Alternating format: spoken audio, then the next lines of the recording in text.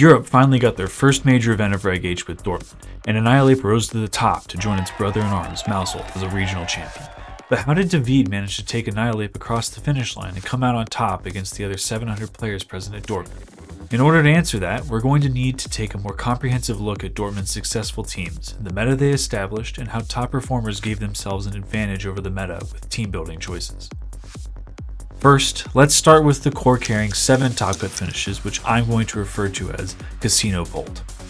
Casino-Pult is primarily composed of Dragapult, Sneasler, Kingambit, Primarina, Rillaboom, and one of Electabuzz or Magmar as an anti-spore redirector.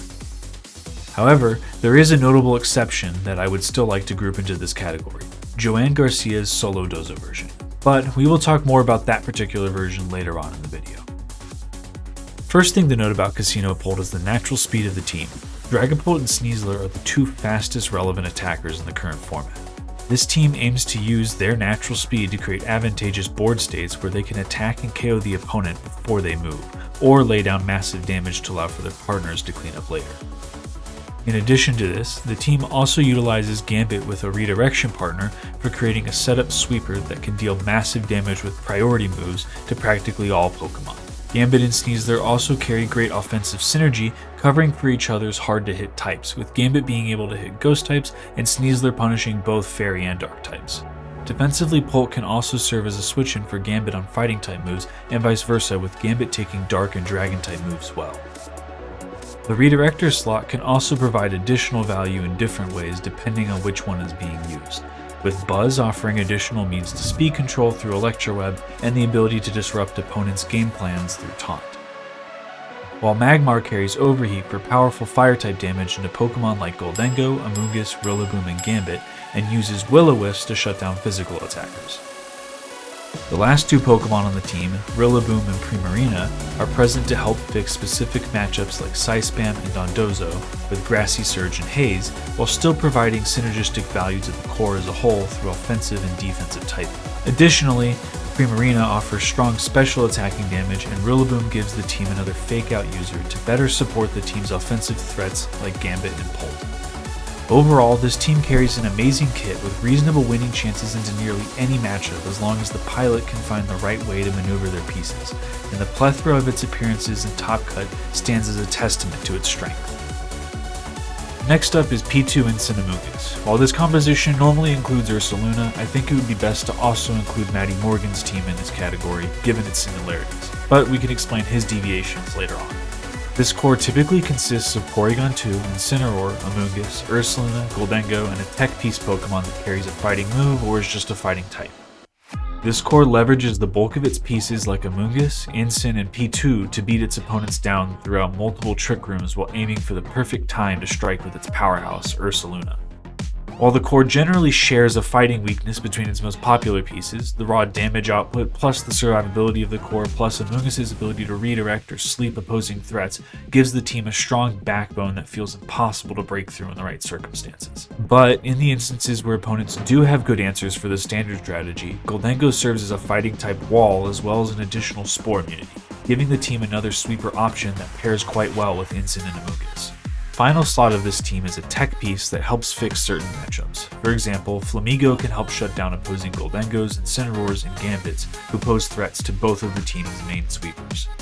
Vivillon-Garchomp saw success at Baltimore with Z as its predominant pilot at the event, and that success continued into Dortmund, with 2 Vivillon teams making Top Cut. It typically consists of Vivillon, Garchomp, Gholdengo, P2, and Incineroar, with the last slot being more open but usually a piece that can deal with Dondozo. The team leverages Vivillon's unique position as an accurate Sleep Powder Mon that can punish Grass types and Terra Grass Mons with Hurricane. This combines even better with Garchomp, who can use Ground-type moves to punish Steel types who can wall Vivillon, particularly Gholdengo, who is also immune to Sleep Powder. Additionally, Garchomp threatens super effective damage on the 2 main anti-sleep redirectors of the format, Electabuzz and Magmar. This core's unique threat of fast sleep means it can break many teams who attempt to answer Spore through mid-speed heavy hitters. P2, Incin, and Primarina help the team pressure critical threats during these Trick Room turns, so Vivillon and Garchomp can clean up later if they're needed at all. From here, the core angles more towards a Trick Room mode, attempting to punish teams that bring frail and fast Pokemon as a means of shutting down Vivillon and Garchomp before they can move. As for the last of the meta teams, we have Paul Chua's Baltimore team. This team is comprised of Garchomp, Dragonite, Alolan Ninetales, Incineroar, Amoonguss, and Kingambit. The team leverages the synergy between Garchomp's ground moves and desire to spam Earthquake with Dragonite's natural flying typing and potent flying damage, punishing teams who are overly reliant on grass types and grass terras as their means of resisting ground. Ninetales is also used for punishing grass types, as well as opposing Garchomps who can threaten big damage onto Garchomp and D-Knight. And furthermore, with its Snow Warning ability, Ninetales can help shut down opposing weathers, particularly rain, disrupting the opponent's game plan. Next, AV Kingambit can be used as an incredibly bulky piece that runs low kick as a means of countering opposing Gambits. Additionally, Gambit and Garchomp do a good job of hitting the targets that D-Knight and Ninetales struggle with. Incin and Amoonguss are the final supporting pieces of the core, helping add to the team's great bulk and slower playstyle by threatening Spores, Intimidates, Fake Outs, and Side Pollen Puffs. They also serve as great tools for withstanding the popular P2 Ursaluna Trick Room strategy, as they threaten Spores onto P2 and Intimidates onto Ursaluna, while being bulky enough to eat hits from the other Pokemon in that archetype. Additionally, Amoonguss runs Clear Smog to give the team a more direct answer into Dondozo. The continued success of this archetype speaks volumes to its strength, as it was able to survive the scrutiny of many players preparing for it after seeing its finals appearance in Baltimore.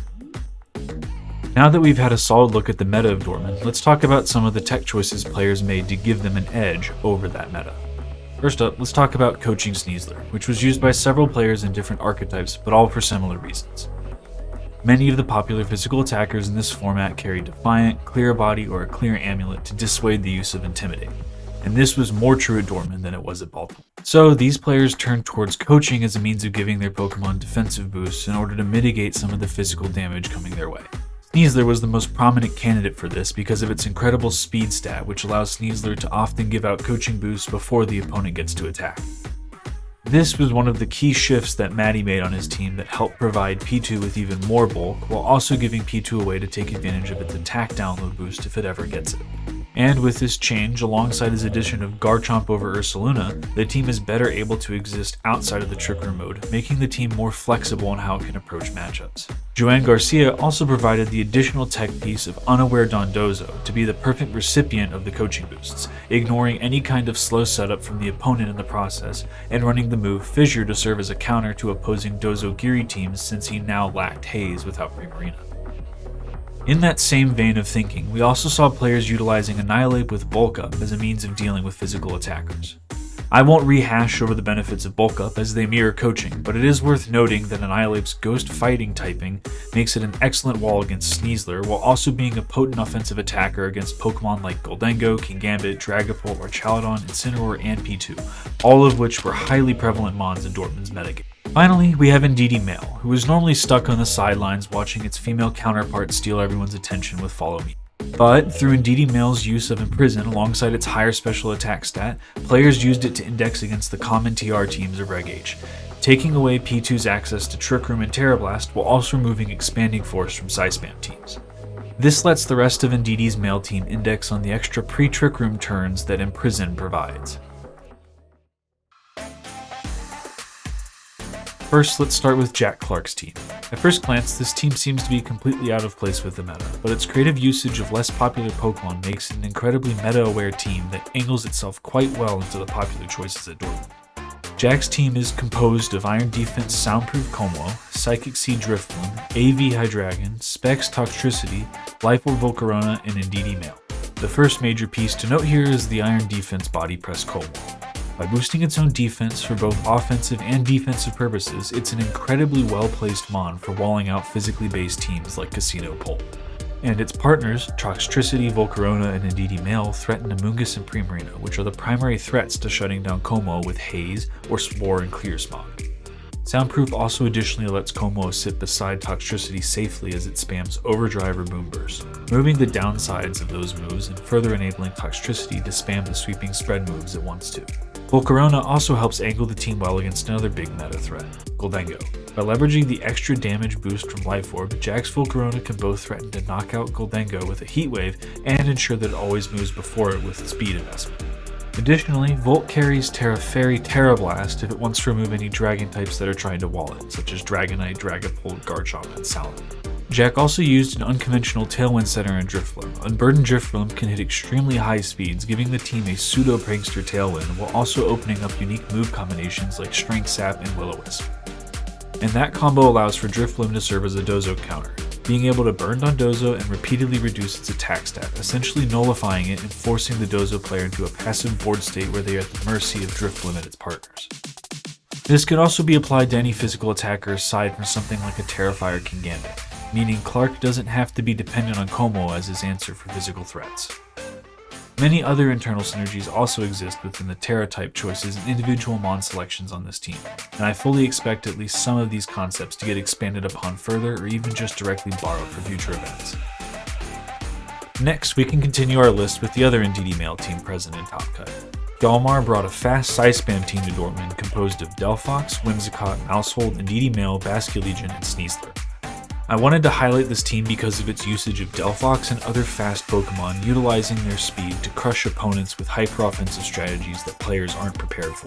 Delphox, Mousehold, Sneasler, and Basculegion are all faster than Garchomp, meaning that when paired with Tailwind, it's almost certain that the Mons on this team are going to be moving first. This, plus Imprison and Indeedee, means that this team will almost always take early momentum in matchups versus other meta teams like Paul Chua's D-Knight Garchomp team, Vivillon-Garchomp, Casino-Pult, and P2 Incineroar. And additionally, its usage of Terra fighting Indeedee can also give it ways to actively shut down P2 and its common partner Incin, while holding Trick Room hostage, making this team exceptionally good against the standard P2 or Saluna teams. Up next is Cohen's team, with Throat Spray Kommo-o, Alolan Ninetales, Electabuzz, Basculegion, AV Gambit, and Miracle Seed Rillaboom. Cohen is using a certainly more unorthodox team compared to the rest of the field. But Clangor's Soul gives Kommo-o the ability to set up speed control while also getting defense boosts and a nasty plot all in one turn. This makes Kommo-o a menace to the current format, and through Ninetales Snow and Terra Fire, Kommo-o can trade positively against rain teams while indexing the huge damage that Clangor's Soul provides. Rillaboom can help with buying setup time through Fake Out and provide healing with grassy terrain while Kommo-o pressures the opponent's board state. And Electabuzz provides redirection and taunt support, allowing it to shut down Amoonguss and Primarina, denying Haze and Clear Smog, which could threaten Kommo-o's ability to stay a sweeper. Kommo-o gaining extra defense boosts while also being a fighting type allows it to position well against the popular meta teams such as Casino-Pult, resisting Sucker Punches from Kingambit while also boosting its speed to threaten the rest of the team with powerful spread attacks and Flamethrower.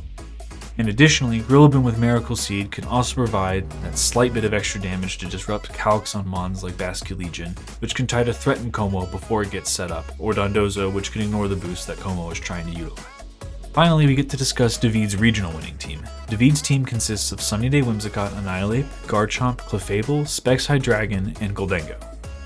Finals is a great example of where Davide is able to account for those drawbacks while also putting his opponent in a unique bind that is only possible because of the goggles on Annihilate. Davide takes the application of Annihilate in this meta one step further. By attaching safety goggles to it, he helps create more positive matchups at the cost of leftovers healing, meaning he will have to play more accurately in order to capitalize on these advantages, since he will have to monitor the damage trades Annihilate is taking more carefully. Additionally, Davide's strong special attackers Hydreigon and Goldengo give him great options into teams with strong physical walls, and when paired with Sun, these two Mons give the team great options into Arch Rain. And all of these pieces when paired with Tailwind can outspeed Casino-Pult teams and other non-Tailwind based teams, giving Davide the option to go for hyper offense or to hold on to a mid-game Tailwind, using it as a way to get Annihilate a speed boost so it can remove threats quickly after having spent the early game setting up. And another tech to note is the addition of Misty Terrain on Clefable. This can be used to remove the RNG aspect of Dire Claw, or just to protect partners from burn, sleep, and paralysis in general, allowing Clefable to carry that impact even after being cleared from the field. Clefable also being unaware can give Davide an angle into Dozo teams that is centered around winning damage trades and also denying additional order-ups, making a move like Haze unnecessary. Alright, let's take a moment to step back and summarize the major takeaways from Dortmund. First, self-boosting strategies have picked up as a means of mitigating physical damage, with moves like Coaching and Bulk Up performing well in Top Cut. Second, teams are getting faster. Dragapult usage in Cut has skyrocketed compared to Baltimore, and Sneasler being its most common partner shows that players were trying to utilize high base speeds to overwhelm their opponents. Third, redirection continues to be extremely popular, with all of the major meta teams carrying a redirector, as well as every other team in Cut except for Jack Clark's. And finally, Fighting types and steel types look to be essential, with Sneasler, Annihilape, Gholdengo, and Gambit being critical to teams' compositions. How do you think the metagame will develop after Dortmund, and how do you think it will develop because of Dortmund? And also, if you enjoyed or thought this video was helpful, please let me know down in the comments below. So thank you guys so much for sticking around to the end, and please, if you enjoyed the video, subscribe, and I'll see you guys next time. Thanks so much. Bye.